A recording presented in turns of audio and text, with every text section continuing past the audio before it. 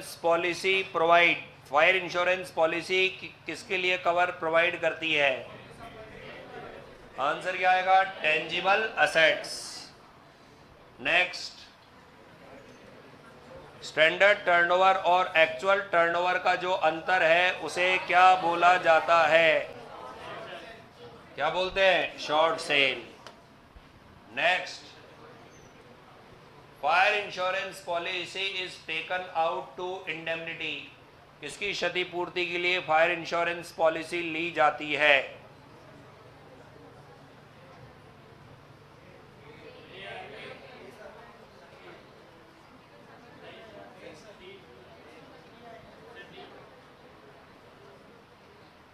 तो ध्यान रखना, इसका आंसर होगा ए। ठीक है ना? Capital losses and revenue losses of tangible assets, स्थायी संपत्तियों की तो पूंजीगत हानि और जो चालू संपत्तियां हैं उनकी आयगत हानि। नेक्स्ट,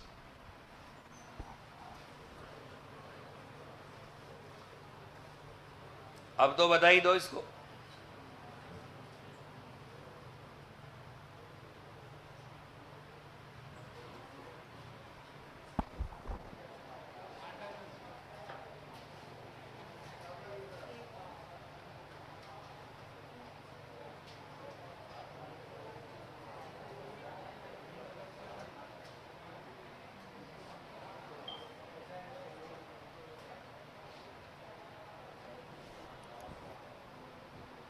देखो, मैं बार बार एक ही चीज आपको बताता हूं, आंखों पे विश्वास मत रखो, हाथों पर विश्वास रखो। हाथों पर विश्वास रखो, आंखों पर विश्वास मत रखो। और फिर बताओ, हाथों पर विश्वास करके आंसर क्या आएगा? 7,20,000। जिसने हाथों पर विश्वास किया उसका 7,20 ही आ रहा होगा, क्योंकि उसने ऐसे कॉपी में लिखा ये 9 लाख, फिर लिखा साल्वेज वैल्यू 90,000, फिर लिखा 8,10,000। उसे ये मालूम पड़ गया ये स्टेप 3 है, इससे मुझे ग्रॉस क्लेम पता चला है। फिर उसने लगाया स्टेप 4, फिर उसने लिखा यहाँ पर 8,10,000, फिर उसने लिखा पॉलिसी ले कितने की रखी है? 8 लाख, फिर उसने लिखा पॉलिसी लेनी कितने की चाहिए? 9 लाख, फिर उसने इसको हल किया तो आंसर क्या आया? 7,20,000। तो जिसने हाथों पर विश्वास रखा उसके 7,20 आया, और जिसने आंखों पर विश्वास रखा उसके अनाप शनाप भी आएंगे। मैं बार बार कह रहा हूं, प्रैक्टिकल में कलम चलाओ। तुम लोग क्या सोचते हो कि कोई दिव्य शक्ति तुम्हारे दिमाग में घुस गई है और तुम्हें दिखते ही आंसर पता चल रहा है? जब साफ और स्पष्ट आपको चौथा सवाल चल रहा है ऐसा का ऐसा, उसमें भी यदि तुम ऐसे तुल्ले मार रहे हो कि मार कर 9 लाख 8 लाख कुछ भी कर देंगे, तब तो फिर इतने बड़े चैप्टर पढ़ाने का मतलब ही क्या है?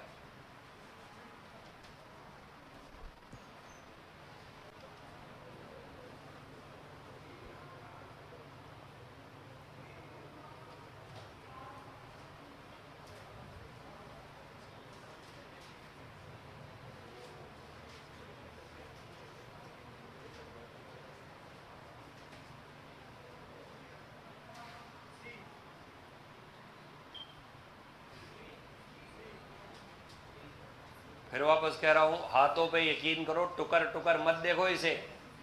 टुकर टुकर देखने से कुछ नहीं होगा।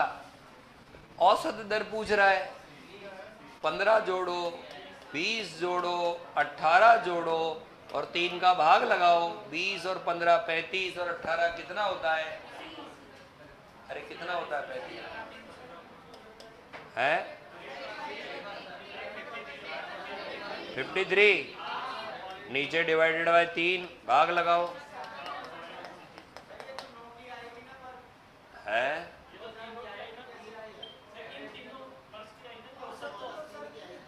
वर्ष 2011 के लिए औसत सकल दाब दर क्या होगी? तो क्या करना चाहिए? है औसत सकल लाभ दर क्या होनी चाहिए? 18 लिख दूं? ये औसत है, तीनों को ऐड करके 3 का ही भाग लगाएंगे। औसत का मतलब तुम क्या समझते हो? अरे औसत का मतलब क्या समझते हो?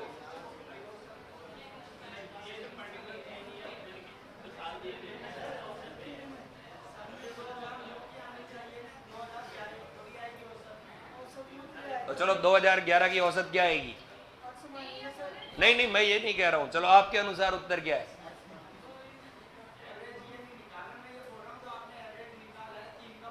हाँ हाँ, चलो ठीक है, आपकी बात मान ली। अब 11 की क्या आएगी?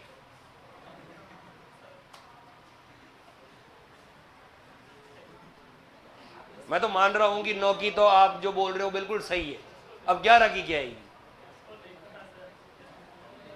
है 11 की क्या आएगी? ऐसा नहीं होता है, तुम लोग क्या सोचते हो कि औसत का मतलब जो बीच है उसका औसत होता है। अब कोई आपसे ये पूछे कि आपका बीकॉम फर्स्ट ईयर में एडमिशन लेना है, किसमें, और कोरोना काल चल रहा था, इस कारण 12वीं के आधार पर नहीं लेंगे हम, तो 10वीं 11वीं 12वीं के आधार पर लेंगे। तो औसत किसका लोगे आप? अरे औसत किसका लोगे? 10वीं का, 11वीं का और 12वीं।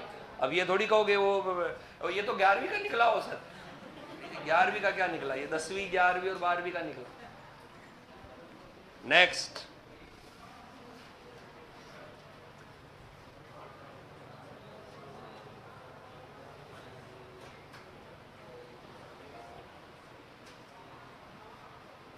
हमेशा ये याद रखना कि यहां पर तुम शायद, मेरे को लगता है मैथ्स लगा दियो, मैथ्स मत लगाओ इसमें, ये अकाउंट्स लगाओ। अकाउंट्स ये कहती है औसत निकालने का मतलब है पीछे के वर्षों का टोटल करके भाग लगाना। मेरे को ऐसा लग रहा है तुमने यहाँ गणित लगाई है, अब मैथ्स नहीं लगानी, यहाँ क्या लगानी है? अकाउंट्स। अकाउंट्स ये कहता है औसत का मतलब होता है पूर्व के वर्षों को जोड़ो और संख्या का भाग लगाओ।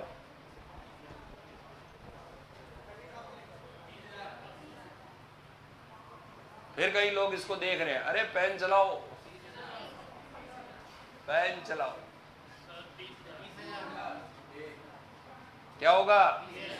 बताओ, नष्ट माल कितने का है? 48। स्क्रैप वैल्यू कितने की है? 12। सेव है वो, कितना बचा? 36। 36 इंटू 40 अपॉन, निकालो कितना आया? 30,000 है।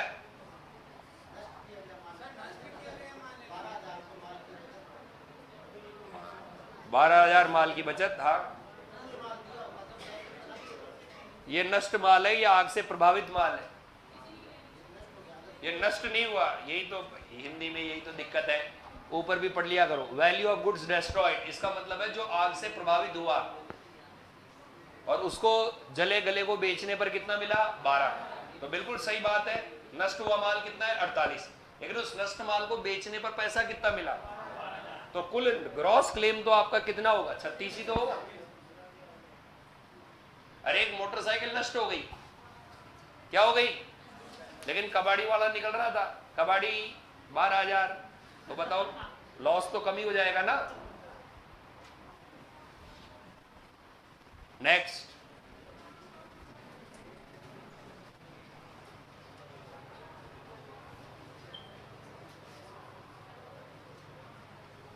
जिससे पूछो वही जवाब दे, आंसर नहीं बताए।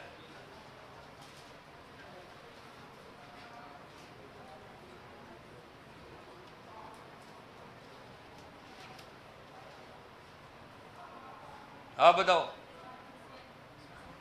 सोल्व करोगे? अच्छा जो मौखिक रूप से होता है उसे सोल्व करोगे।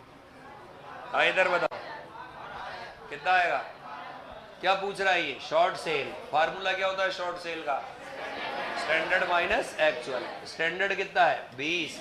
एक्चुअल कितना है? 8। उत्तर कितना आया? 12,000। कितना है? यही होता है मेरे बोलने में और एग्जाम में सवाल। देखो ये हल होने के बाद तुमको क्या लगता है, कोई सवाल है क्या, बेकार, लेकिन जब छपता है ना तब गुबल ये क्या है। अभी मैंने बता दिया, इसका रहस्य खोल दिया, क्या 20 में से 8 गए 12, तो यही तो होता। तो वो तो एग्जाम में डालेगा, एग्जाम में डालेगा, तो कई जिज्ञासु है इसको भी जोड़ेंगे घटाएंगे, यही तो खेल है।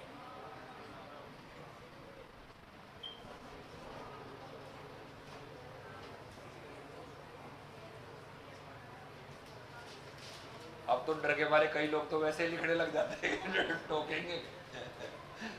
पेन चलाओ।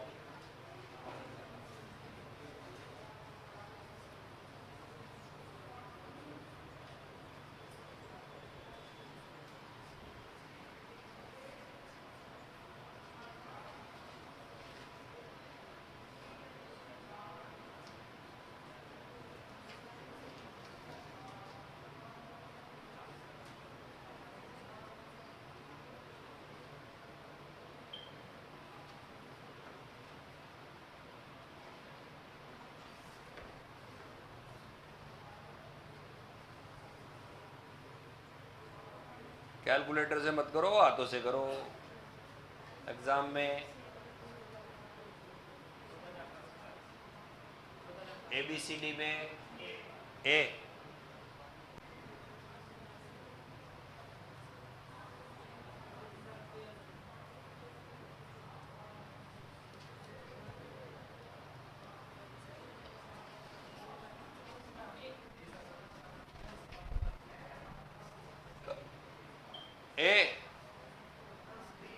बी,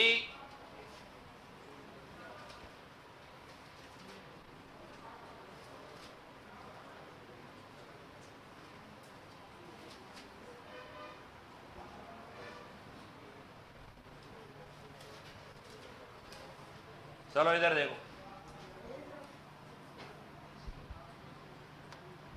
पहले तो ये बताओ ट्रेडिंग अकाउंट बनेगा?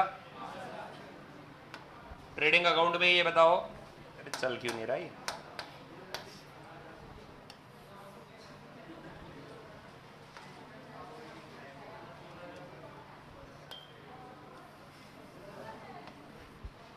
ओपनिंग बताओ कितना है?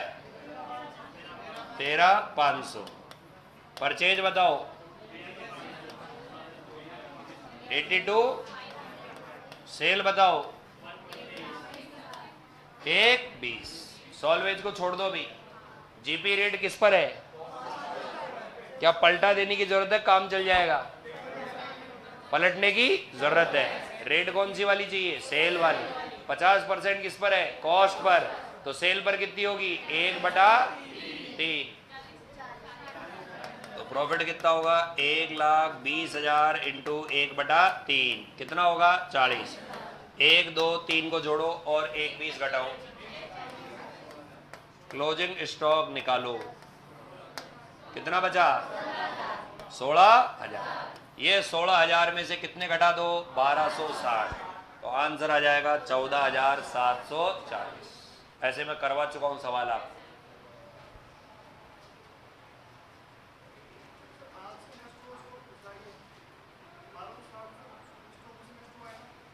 हाँ, ये कह रहा है स्टॉक डिस्ट्रॉयड बाय फायर, यानी शुद्ध हानि। जब कभी भी पूछे तो लैंग्वेज ऐसे उल्टी सीधी कर देगा, लेकिन आपको ग्रॉस क्लेम ही निकालना होता है।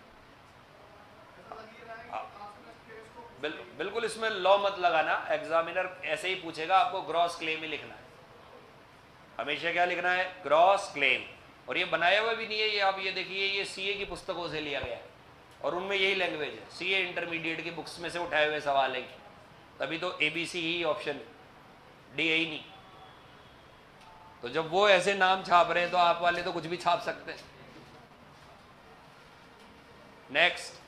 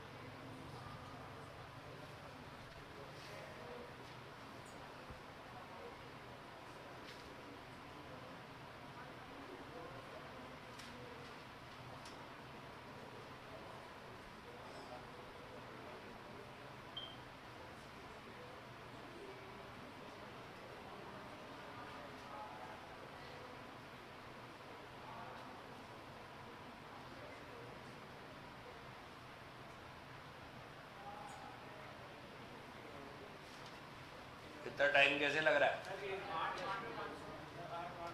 892,500। 1360 में से कितने घटाए? अरे 13,60,000 में से कितने घटाए? बचे कितने? ये 10,20,000 क्या आया? Gross claim. पॉलिसी कितने की ले रखी है? 1190। पॉलिसी लेनी कितने की चाहिए? इसको हल कर दो। 8,92,500।